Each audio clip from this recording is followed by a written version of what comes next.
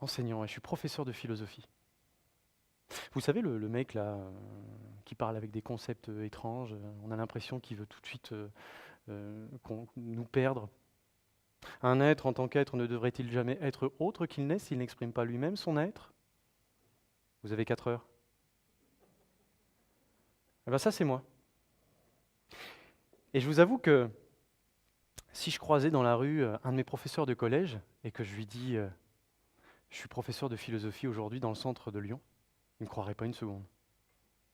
Comme quand je dis à mes élèves aujourd'hui que quand j'étais à leur place, j'étais un vrai cancre, ou en tout cas un élève médiocre au fond de la classe. Ben, ils ne me croient pas non plus. Mais il y a une raison sociologique à cela. Il n'y a rien d'idiot. C'est que la plupart des professeurs, la grande majorité des professeurs, sont des anciens bons élèves. En fait, un professeur, c'est un ancien faillot. Mais il n'y a rien de... C'est d'une logique implacable. Il faut être en accord avec le système pour vouloir le reproduire. Ou en tout cas, ne jamais être mis en échec par lui. Or, moi, je suis passé du fond de la classe au bureau du professeur. Enfin, jusqu'à ce que je prenne la porte. J'ai démissionné l'année dernière. Un copain me dit, mais t'as déraillé ma parole. Je dis, ouais, c'est ça, j'ai déraillé. Je me suis rendu compte que ce voyage en Transclasse Express n'était pas la libération que je m'étais imaginé. Finalement, un voyage en train, c'est toujours une ligne tracée par d'autres. Qu'est-ce qui fait qu'un individu arrive à avoir un intérêt pour une certaine pratique ou pour un certain loisir et pas pour un autre?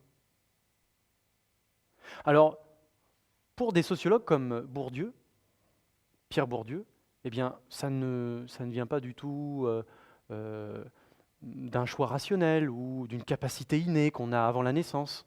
Ça vient plutôt d'expériences répétées, d'événements qui nous touchent, qui vont créer une disposition en moi et une joie que j'ai pour l'imitation. Et Bourdieu a un mot pour dire ça, un concept sociologique. C'est l'habitus. Je ne sais pas si certains connaissent un petit peu ce mot, habitus. C'est pas habitude, c'est habitus.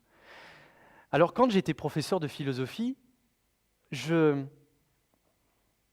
j'expliquais ce concept à mes élèves à travers des paires de lunettes. Et je ne sais pas si vous avez remarqué, mais quand on met une paire de lunettes de soleil sur les yeux, eh bien on ne voit pas la même chose. La teinte est différente. Les couleurs sont différentes.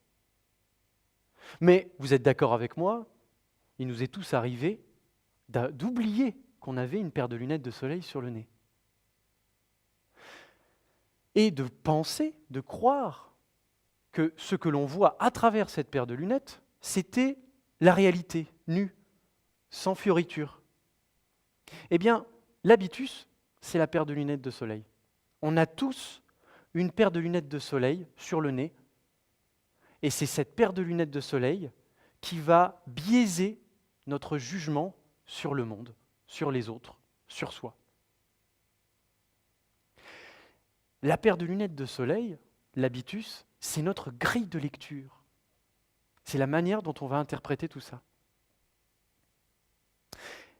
Alors cette paire de lunettes de soleil, elle est créée, elle est construite par des structures sociales, par notre environnement quand on est petit surtout.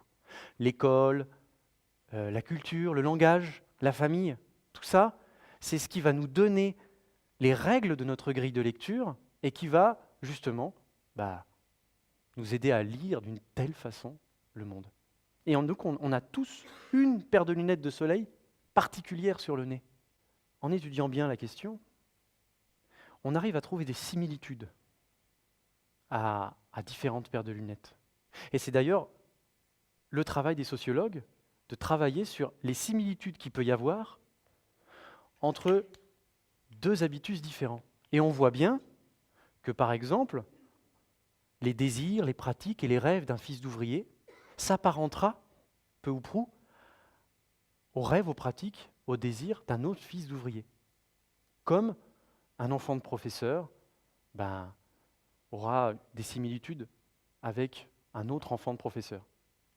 Je ne sais pas si vous avez deviné, mais je parle de culture de classe, culture de classe sociale.